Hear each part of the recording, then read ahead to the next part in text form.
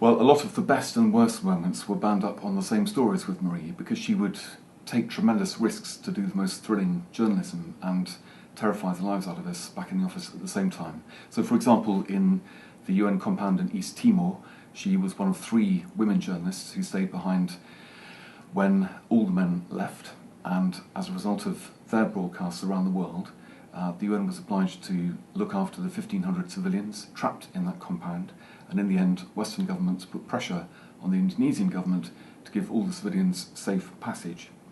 But when Marie told me that she was one of only 3 women staying on, it was a horrible conversation to have. I asked her who was left there from the British papers. She said nobody. I asked her who was there from TV. She said nobody. Who was there from the wires? They've all gone. It's just the 3 of us women left. So I said, well, where have all the men gone? And she said, well, they don't make men like they used to.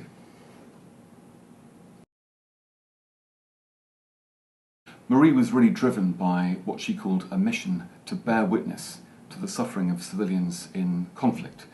She was driven by this passion. It propelled her into some of the most dangerous places where, of course, she was afraid. And on her final assignment, she said she was terrified every day, but she felt that it was an important story to cover because there was nobody else there to cover it, and what was going on was important to expose.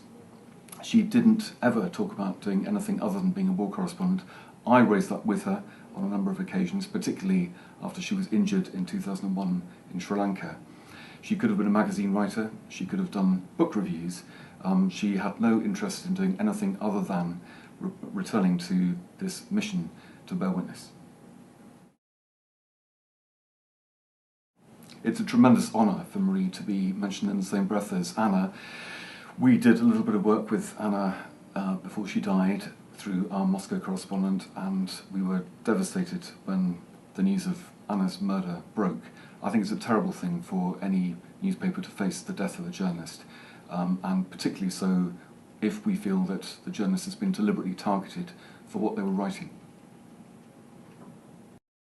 Well, Marie got into Chechnya via a rather circuitous route, and she reported on the shelling of civilians by Russian soldiers, including in particular 2 children who died because they were shelled by soldiers who were drunk. It was a very moving account, but at the end of the reporting she found herself trapped, first by the strafing from an aircraft flying overhead. She rang me lying face down in a field on her satellite phone just to warn me that she was in serious difficulty. And then she found herself trapped by the fighting, and the road that she had hoped to take out of trouble was cut off. So she had no choice but to walk for 8 days over a mountain pass 12,000 feet high in sub-zero temperatures. She walked with a little group of people and a guide, and it was a great ordeal. We didn't know what was happening to her. There was no communication at all with her during that time, and she finally reached the safety of the Georgian border on Christmas Day. Now, when I woke up on Christmas morning, as far as I was concerned, Christmas was cancelled because we were all so frantically worried about Marie, and I was just speaking to her friends and family. But she left a voicemail on my phone at about 4 o'clock in the afternoon, just nonchalantly saying that they've reached the border in Georgia and that she hoped that I would have a happy Christmas tomorrow. During the 8 days of trekking, she completely lost track of time. And her last dispatch to the Sunday Times, what did she tell you and were you worried for her? Marie's last dispatch was from the district of Bab el-Amma, where 28,000 civilians were trapped under bombardment by the Syrian army.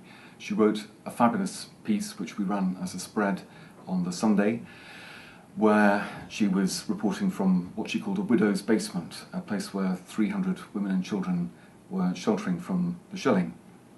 She then decided to stay for a few more days in Bab el-Amma, and it became increasingly clear that it was too dangerous to do any reporting.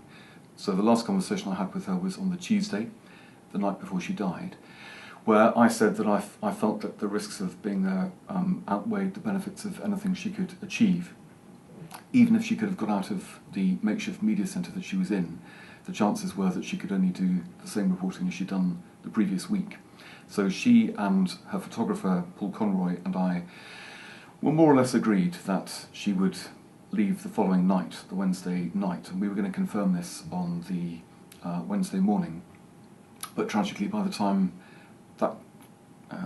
unfortunately, by the time that conversation came round, the news had come through that she'd already been killed. Well, I'll always remember Marie as not only a courageous and tenacious reporter like no other, but also as a great figure of fun on the social circuit. She was somebody who struck a very elegant figure. She wore black cocktail dresses. She had very striking eye patches, including one I remember with studded with rhinestones, which was especially for parties. She looked amazing. She had a earthy chuckle. She was always tremendous fun to be around. She was somebody who managed to work hard and play hard, and I think she got enormous satisfaction out of her hobby, which was ocean racing. So I think the thing that she probably taught other journalists doing the same sort of work was how to achieve a balance between her work and her life. It was a balance that she had to strike because she was very badly affected, particularly by having been injured in Sri Lanka in 2001. She suffered from post-traumatic stress disorder. She went through a very difficult period of suffering from depression and fighting to get back to work. And when she did so, it was really only by working 7 months of the year and taking 5 months off to do the things that she loved. And as in war and conflict?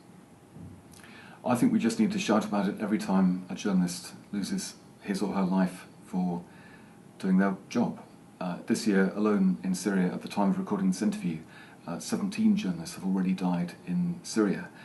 I don't think most of them have hit the headlines at all, but we wrote about one in last Sunday's Sunday Times, working for a pro-Iranian TV station, somebody whose views we wouldn't necessarily have agreed with, but he was shot through the neck by a sniper just for doing the reporting that he had to do outside the Ministry of Defence when it was under attack. So that's one thing we need to do, just to keep highlighting this as much as possible.